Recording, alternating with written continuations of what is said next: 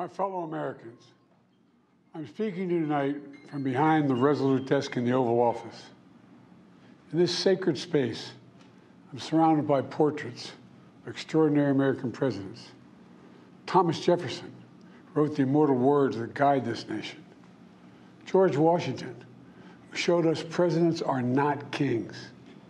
Abraham Lincoln, who implored us to reject malice. Franklin Roosevelt, who inspired us to reject fear. I revere this office, but I love my country more. It's been the honor of my life to serve as your president. But in the defense of democracy, which is at stake, I think it's more important than any title. I draw strength and I find joy in working for the American people. But this sacred task of perfecting our union is not about me. It's about you, your families, your futures. It's about we, the people. And we can never forget that. And I never have. I've made it clear that I believe America is at an inflection point.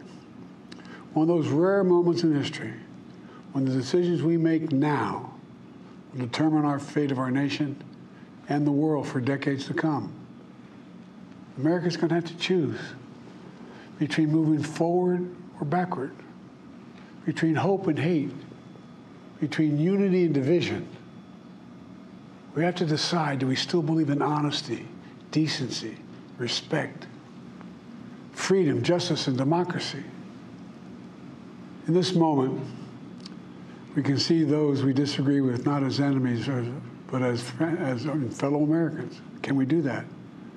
Does character in public life still matter? I believe I know the answer to these questions because I know you, the American people. And I know this: we are a great nation because we are good people. When you elected me to this office, I promised to always level with you, to tell you the truth. And the truth, the sacred cause of this country, is larger than any one of us.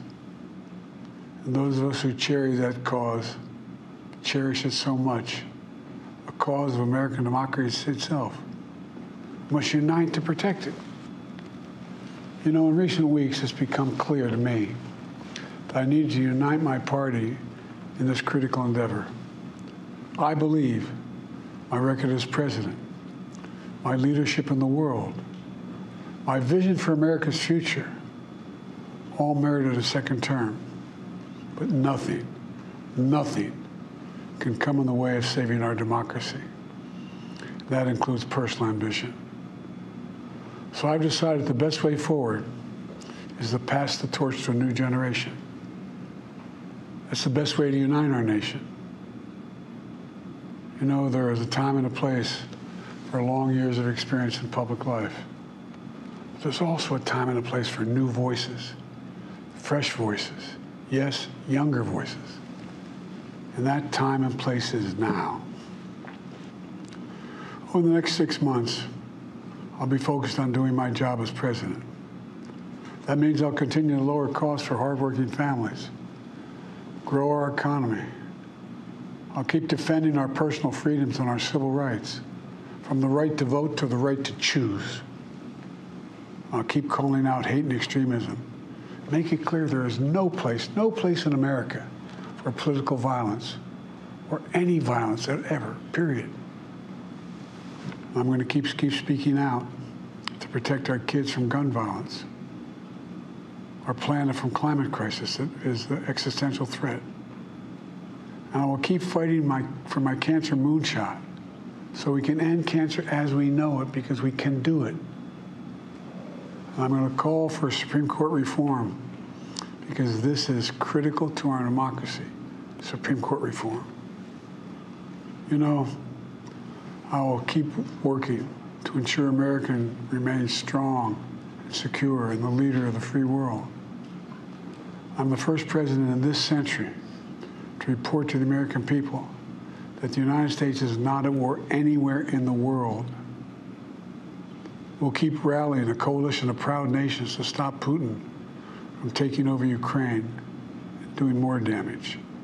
We'll keep NATO stronger, and I'll make it more powerful and more united than any time in all of our history. I'll keep doing the same for our allies in the Pacific. You know, when I came to office, the conventional wisdom was that China would inevitably surpass the United States. That's not the case anymore. And I'm going to keep working to end the war in Gaza, bring home all the hostages, and bring peace and security to the Middle East and end this war. We're also working around the clock to bring home Americans being unjustly detained all around the world. You know, we've come so far since my inauguration. On that day, I told you, as I stood in that winter, we stood in a winter of peril and a winter of possibilities. Peril and possibilities. We were in the grip of the worst pandemic in the century. The worst economic crisis since the Great Depression. The worst attack on our democracy since the Civil War. But we came together as Americans, and we got through it. We emerged stronger, more prosperous, and more secure. Today, we have the strongest economy in the world, creating nearly 16 million new jobs, a record. Wages are up. Inflation continues to come down. The racial wealth gap is the lowest it's been in 20 years. We're literally rebuilding our entire nation, urban, suburban, rural, and tribal communities. Manufacturing has come back to America. We're leading the world again in chips and science and innovation. We finally beat Big Pharma after all these years to lower the cost of prescription drugs for seniors. And I'm going to keep fighting to make sure we lower the cost for everyone, not just seniors.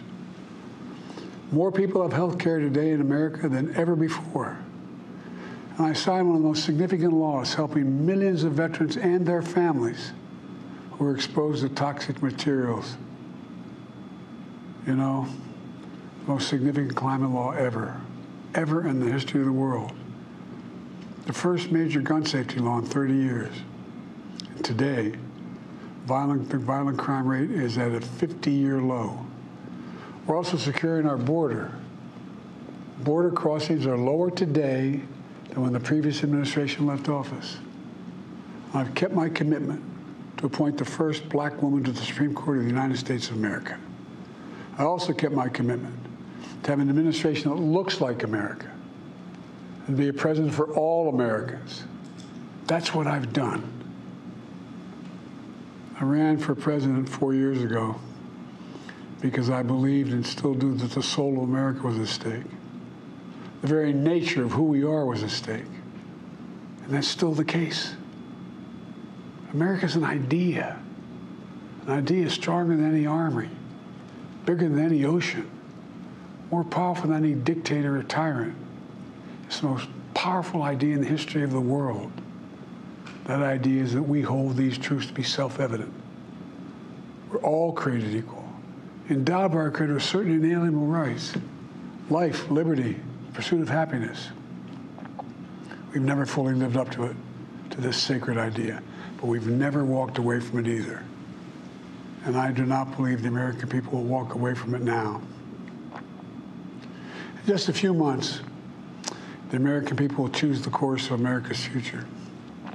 I made my choice. I've made my views known. I would like to thank our great Vice-President Kamala Harris. She's experienced, she's tough, she's capable. She's been an incredible partner to me and a leader for our country.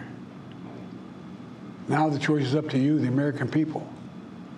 When you make that choice, remember the words of Benjamin Franklin hanging on my wall here in the Oval Office, alongside the busts of Dr. King and Rosa Parks and Cesar Chavez. When Ben Franklin was asked, as he emerged from the convention going on, whether the founders have given America a monarchy or republic, Franklin's response was, a republic, if you can keep it. A republic, if you can keep it. Whether we keep our republic is now in your hands. My fellow Americans, it's been the privilege of my life to serve this nation for over 50 years. Nowhere else on earth could a kid with a stutter from modest beginnings in Scranton, Pennsylvania, and Claremont, Delaware, one day sit behind the resolute desk in the Oval Office as President of the United States. But here I am. That's what's so special about America. We're a nation of promise and possibilities, of dreamers and doers, of ordinary Americans doing extraordinary things. I've given my heart and my soul to our nation, like so many others. I've been blessed a million times in return with the love and support of the American people. I hope you have some idea how grateful I am to all of you. The great thing about America is here, kings and dictators do not rule, the people do. History is in your hands. The power is in your hands. The idea of America lies in your hands. We just have to keep faith, keep the faith, and remember who we are. We're the United States of America, and there's simply nothing beyond our capacity when we do it together. So let's act together, preserve our democracy. God bless you all, and may God protect our troops. Thank you.